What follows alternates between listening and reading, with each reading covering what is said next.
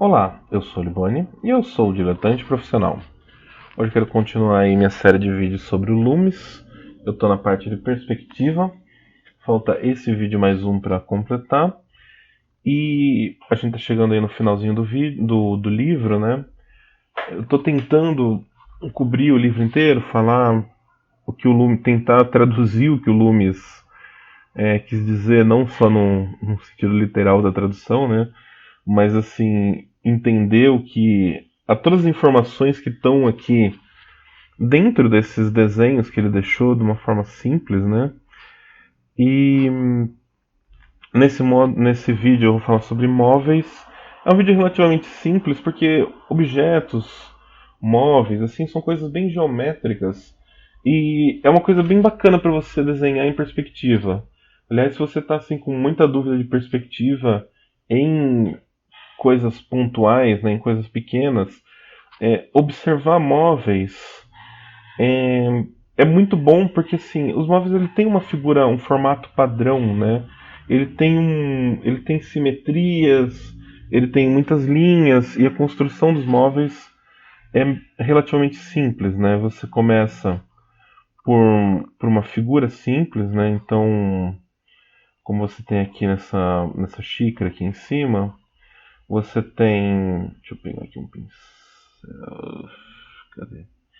Você tem o círculo aqui, esse círculo embaixo, né? E você tem esse eixo dela, você tem as laterais, você tem toda uma série de medições. O que é importante nesse capítulo é você entender que você vai ter uma linha do horizonte e os pontos de fuga que vão afetar esses objetos que você está desenhando. Então você tem aqui a mesa, você começa a projetar ela a partir desse círculo, ou você começa a projetar ela a partir de um quadrado. Aliás, isso é uma coisa que é bem interessante. Que a mesa quadrada é basicamente o que a gente vê em perspectiva básica, né? Você coloca uma linha aqui, vai puxando os pontos de fuga e você forma essa figura, tá? Então não tem lá grandes segredos. Agora, uma mesa redonda, como essa circunferência distorce em relação à perspectiva? Isso é um ponto interessante de ver. O que o Lume sugere? Você cria a área como se fosse um quadrado, né? Relacionando aqui ao ponto de fuga. Então você tem essa parte que está mais à frente. No caso, assim, essa mesa está sendo vista de cima para baixo, porque ela está abaixo da linha do horizonte, tá? Então a gente tem esse lado um pouco mais curto, esse lado um pouco mais longo, essa espécie de um trapézio que formou, e aqui dentro a gente vai ter a circunferência.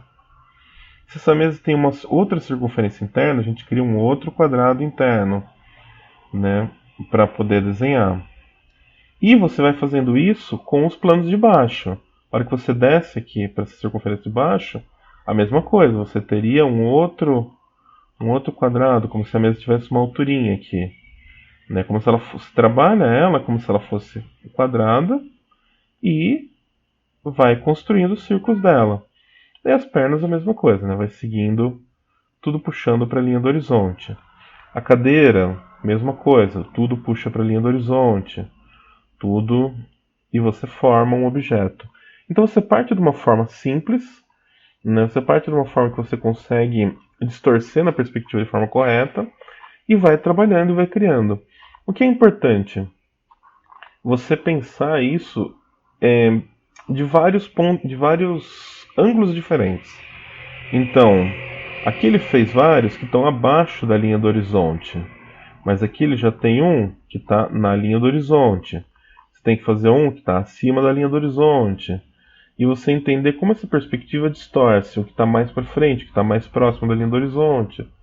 Como a perspectiva vai distorcendo esses objetos. Aí é geometria básica. Você volta ali no capítulo dos pontos de fuga, se você tiver alguma dúvida, e vai fazendo seus projetos seguindo sempre uma geometria básica. Ah, mas minha linha do horizonte está muito longe, o meu ponto de fuga está muito longe porque eu quero.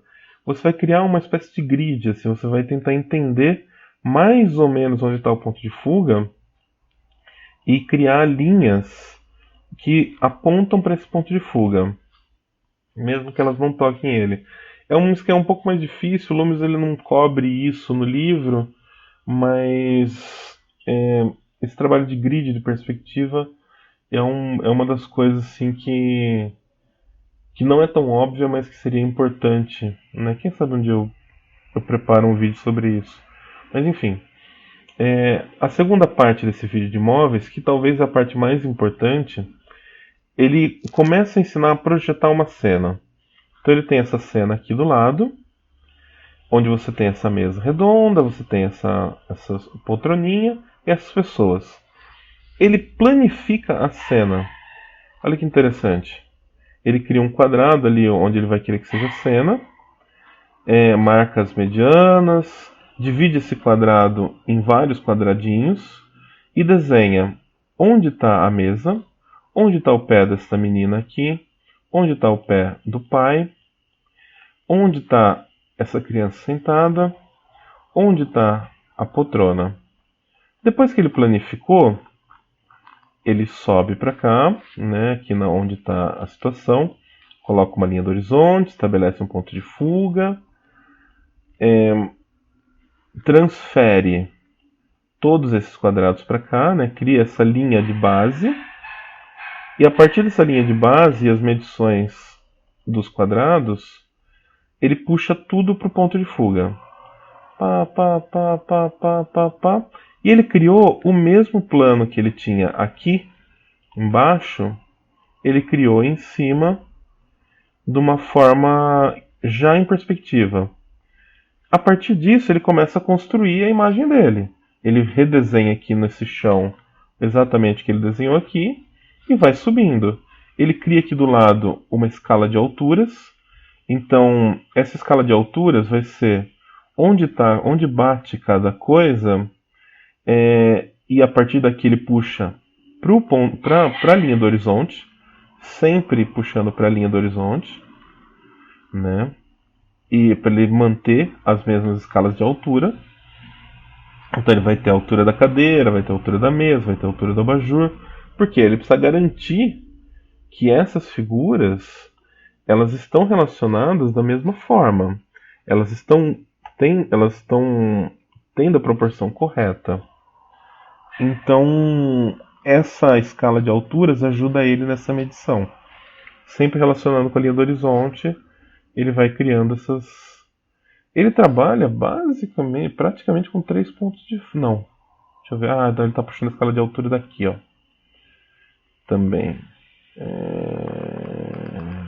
Ele está puxando a escala de altura desse lado aqui. Ele trabalha com um ponto de fuga central aqui para projeção e esse ponto para escala de alturas. Essa questão do ponto de fuga, né, como determina o ponto de fuga e tal, é uma questão de a linha do horizonte, ponto de fuga, é uma questão narrativa, na real. É o que você quer dizer com essa imagem. Então você quer que essa imagem esteja, igual ele está fazendo aqui, sendo vista. A linha do horizonte está acima do pai, né? Então a linha do horizonte aqui, ela está aqui, ó. A gente está vendo essa imagem de cima para baixo. Então estou vendo aqui a cabeça, ó, o cabelinho do pai. Tá vendo como eu estou vendo tudo de cima para baixo? É isso que você quer? Ou você quer ver de baixo para cima? Daí você tem que mudar a linha do horizonte para baixo e fazer uma construção diferente. Ou você quer estar no nível dos olhos dele? Muda a linha do horizonte para cá, faz uma construção diferente.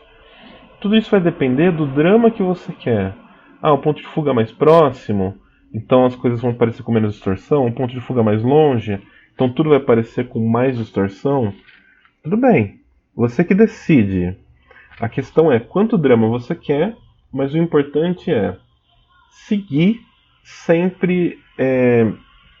A partir do momento que você decidiu, a linha do horizonte está ali, aquela linha do horizonte vai estar ali até o final. Aquele ponto de fuga vai estar ali até o final. E esse esqueminha, ele te ajuda a planejar bem, assim, bem basicamente onde estão todas as coisas, para você não se perder. Porque quando você desenha isso daqui, que seria o que o arquiteto chama de planta baixa, e usa essa construção, você não se perde mais. Ah, mas né, eu vou fazer isso na minha ilustração, eu fiz lá uma página. Não, não é que você vai fazer isso na sua ilustração. Você vai, antes de fazer a sua ilustração, fazer essa planta baixa, subir esse 3D, essa projeção 3D, numa folha à parte. Não precisa ser perfeito, não precisa estar completo, é só um croquisinho para você entender onde as coisas estão. E depois você vai fazer o seu desenho numa outra folha maior, podendo sempre olhar ali para você entender onde as coisas estão. Então é isso que eu tinha a dizer dessa parte. O próximo vídeo, a parte final, ele é uma expansão disso. Ele é essa construção desse cenário a partir dessa planta baixa. E é isso. Depois encerra a parte de perspectiva do Loomis. E a gente vem para luz e sombra. Então valeu quem está ouvindo. Se tiver dúvida, deixe nos comentários. E obrigado. Até mais.